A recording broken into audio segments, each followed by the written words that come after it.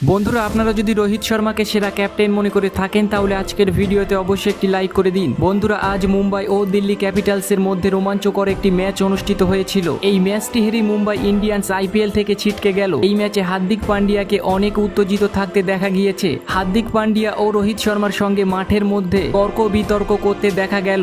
এই ম্যাচ হেরে প্রাক্তন ক্যাপ্টেন রোহিত শর্মা হার্দিক পান্ডিয়াকে নিয়ে অবাক করা বয়ান দিয়েছে, যেটি শোনার পর মুম্বাই ইন্ডিয়ান্সের ভক্ত সমর্থকরা অবাক হয়ে গিয়েছে। প্রাক্তন ক্যাপ্টেন রোহিত শর্মা ম্যাচ হারার পর হার্দিক পান্ডিয়াকে দোষ দিয়ে কি বলেছে সেই অবাক করা বয়ানের সম্পূর্ণ ভিডিও আপনাদের দেখাবো। তবে তার আগে আপনাদের কি মনে হয় রোহিত শর্মা ও হার্দিক পান্ডিয়ার মধ্যে সব থেকে সেরা ক্যাপ্টেনকে নিচে কমেন্ট করে আমাদের জানাতে ভুলবেন না। বন্ধুরা এই রোমাঞ্চকর ম্যাচে মুম্বাই ইন্ডিয়ান্স দলের ক্যাপ্টেন প্রথমে টসে জিতে বল করার সিদ্ধান্ত নেয়। ক্যাপ্টেনের এই সিদ্ধান্ত ভুল প্রমাণিত হয়েছে। দিল্লি ক্যাপিটালস প্রথমে ব্যাট করতে নেমে 4টি উইকেট হারিয়ে 257 রান করেছিল। দিল্লি ক্যাপিটালসের হয়ে 84 রানের অসাধারণ ইনিংস খেলে যান জ্যাক্স। এই রান তারা করতে নেমে মুম্বাই ইন্ডিয়ান্সের শুরুটা ভালো হয়নি। 65 রানে তারা 3টি উইকেট হারিয়ে ফেলে, কিন্তু তারপরেও দলকে সামাল দেন হার্দিক পান্ডিয়া ও তিলক ভার্মা ও হার্দিক পান্ডিয়া এদিন অসাধারণ ইনিংস খেলেছিল। ক্যাপ্টেন হার্দিক পান্ডিয়া 46 রান করে আউট হয়ে যায়। অপর প্রান্তে ব্যাট করতে নামা টিম ডেভিড তিলক ভার্মার সঙ্গে সঙ্গ দেন। টিম ডেভিড এদিন 17 বলে 37 রান করেছিল। তিলক ভার্মা মুম্বাই ইন্ডিয়ান্সকে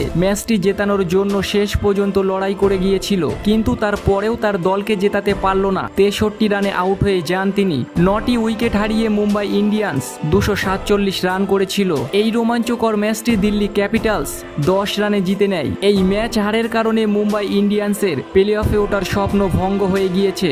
বন্ধুরা ম্যাচ চলাকালীন মাঠের মধ্যে রোহিত শর্মা ও হার্দিক পান্ডিয়ার মধ্যে আমরা ড্রামা দেখেছি। দিল্লির ব্যাটাররা যখন মুম্বাই দলের বোলারদের পেটাচ্ছিল তখন হার্দিক পান্ডিয়া অনেক বেশি রেগে যায়। ক্যাপ্টেন রোহিত শর্মা হার্দিক পান্ডিয়ার ক্যাপ্টেন্সি একদম পছন্দ হচ্ছিল না। রোহিত শর্মা তাকে বোঝানোর চেষ্টা করছিল ও হেল্প করছিল, কিন্তু কার কথা কে শোনে। হার্দিক পান্ডিয়া সবকিছু নিজের মতো করে যাচ্ছিল। এরই জন্য হার্দিক পান্ডিয়া ও রোহিত শর্মার মধ্যে মাঠে ড্রামা দেখা যায়। শুধু এতটুকুই নয়, হার্দিক পান্ডিয়া কোনো একটি ব্যাপার নিয়ে আম্পায়ারের সঙ্গে তর্ক বিতর্ক করছিল। মাঠের মধ্যে আজ হার্দিক পান্ডিয়াকে অনেক বেশি রাগান্বিত দেখা যায়। প্রাক্তন ক্যাপ্টেন রোহিত শর্মা ম্যাচ শেষে হার্দিক পান্ডিয়াকে নিয়ে অবাক করা বয়ান দিয়েছেন এই ঘটনায়। রোহিত শর্মা বলেছেন, এই ম্যাচ হারের কারণে আমরা অনেক বেশি ভেঙে পড়েছি, কারণ প্লে অফে ওঠার জন্য এই ম্যাচটি অবশ্যই আমাদের জেতা দরকার ছিল, কিন্তু আমরা পারলাম না। এবারের আইপিএলে আমাদের দল অনেক বাজে পারফরমেন্স করছে। আজকের ম্যাচে আমাদের দলের বলাররা খুব বাজে বল করেছে, যার কারণে দিল্লি এত বড় স্কোর করতে পেরেছে। এই স্কোর চেস করা মুখের কথা নয়। আমরা যদি আজ বল ঠিকঠাক করতে পারতাম